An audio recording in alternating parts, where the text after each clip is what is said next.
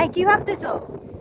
ভাবি না, দেখতেছি এইখানটাতে আমরা ছোট বড় সবাই, এই দেখো এইখানটাতে একটা মস্ত বড় আম গাছ ছিল। এখানে জুয়ান বুড়া বড় ছোট ছেলে মেয়ে একসাথে আমরা এইখানটাতে গোসল করতাম।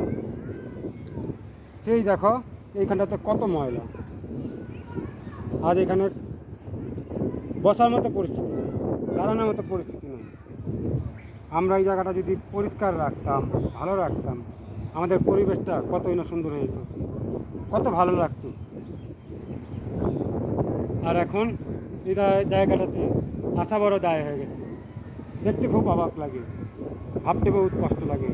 এই জায়গাটা এত সুন্দর ছিল, ভালো ছিল, আর আমরা সেই জায়গাটাতে ময়লা ডাস্টবিন করে দিচ্ছি। বসার মতো পরিস্থিতি, দাঁড়ানোর মতো পরিস্থিতি নেই। যদি আমরা জায়গা থেকে সেই ময়লাগুলো নিজেদের জায়গা মতো ফেলতাম, তাহলে জায়গাটা খুব সুন্দর থাকতো। যদি ভিডিওটা ভালো লাগে একটা লাইক দিন।